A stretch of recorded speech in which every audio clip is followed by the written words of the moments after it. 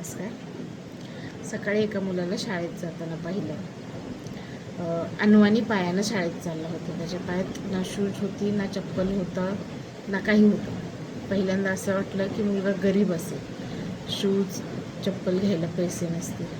नंतर त्याच्याकडे बघून असं वाटलं की व्यवस्थित वेशभूषा केलेला आहे, स्वच्छ नीटनेटका, चांगल्या शाळेत शिकणारा वाटला. म्हणून कुतूहल जागं झालं आणि त्याच्याशी बोलायला गेलं. त्याला विचारलं, म्हटलं दादा कोणत्या स्कूलमध्ये जातो, कितवीत शिकतो, काय करतो, सगळं विचारलं. त्याने उत्तरही खूप छान दिली. तो म्हटला मी या स्कूलमध्ये जातो. त्याने स्कूलचं नाव सांगितलं. स्कूल या भागात नावाजलेलं गाजलेलं असं स्कूल आहे. त्या स्कूलला मी जातो. म्हणलं मग तुझ्या पायाला काही जखम वगैरे झाली आहे का? तो बोलला नाही, माझ्या पायाला काही लागलेलं वगैरे नाही. म्हणलं मग तू शूज घातले नाही, चप्पल घातले नाही, तुमच्या स्कूलमध्ये अलाउड नाही आहे का? तो म्हणला नाही असं काही नाही ताई, आमच्या स्कूलमध्ये स्कूलचेच शूज लागतात, स्कूलचे सॉक्स, शूज, स्कूल बॅग वगैरे सगळं स्कूलचंच लागतं, असं काही नाही आहे. म्हणलं मग तू घातलं नाही. त्यानं जे उत्तर दिलं ते उत्तर ऐकून अक्षरशः डोळ्यात पाणी आलं. तो म्हटला मी माझ्या शंभूराजांचा बलिदान मास पाळतोय. त्याचे शब्द ऐकून मी निशब्द झाले. कारण एवढूसा मुलगा तो 10-11 वर्षाचा, काय कळणार आहे त्याला बलिदान मास, काय कळत असेल त्याला राजांची महती, हा विचार मी करत होते. पण मी तिथंच मी चुकत होते. खरं तर आपण म्हणतो की राजे असे होते, शंभूराजे असे होते, छावा होते, हे ते सगळं मान्य, सगळ्यांना इतिहास माहिती. पण ते इतिहासाचं अनुकरण किती जण करतात, तो इतिहास अंमलात किती जण आणतात. त्या मुलाला मी विचारलं, म्हटलं तुला नक्की काय माहिती शंभूराजांविषयी? म्हटलं मला दीदी काही माहीत नाही ताई, मला एवढं सांगताही येणार नाही.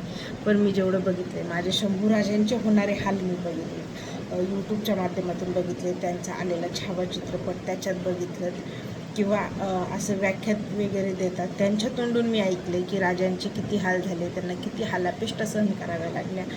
ते सगळं ऐकून एक मनात कोरले गेले. आणि त्याच याच्यातनं मी माझ्या राजांच्या वेदना तर नाही कमी करू शकत, माझ्या राजांना झालेला त्रास तर नाही कमी करू शकत, किंवा त्यांचा त्रास मला तर नाही घेऊ शकत.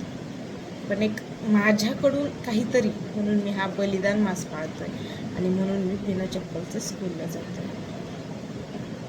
खरं तर त्याच्या उत्तरानं मला निशब्द केलं, विचार करायला भाग पाडलं. असाच विचार आम्ही केला पाहिजे. तो छावा लढला. त्या छाव्याच्या लढ्यासाठी आज कितीतरी जण बलिदान मास पाळत आहेत. लहान लहान मुलांना कळतंय शंभूराजांचा छावा कसा होता. मराठी राजमन साक्षात मृत्यूलाही कसं सामोरं जाऊ शकतं हे या छाव्यानं दाखवून दिलं.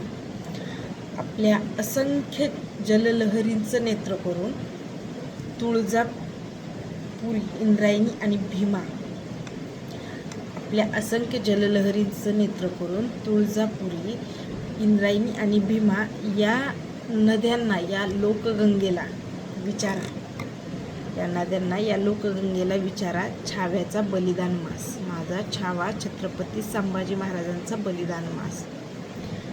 त्यांच्या अंगावरतीही शहारे उमटतील, त्यांच्या जललहरीही थरथरतील असा माझ्या राजांचा बलिदान मास. हाच बलिदान मास जेव्हा एवढी मुलंही पाहतात ना, ते बघून खरंच असं वाटतं की खरंच माझा राजा, माझ्या छत्रपती संभाजी महाराज छाव्यासारखे लढले आणि छाव्यासारखेच गेले.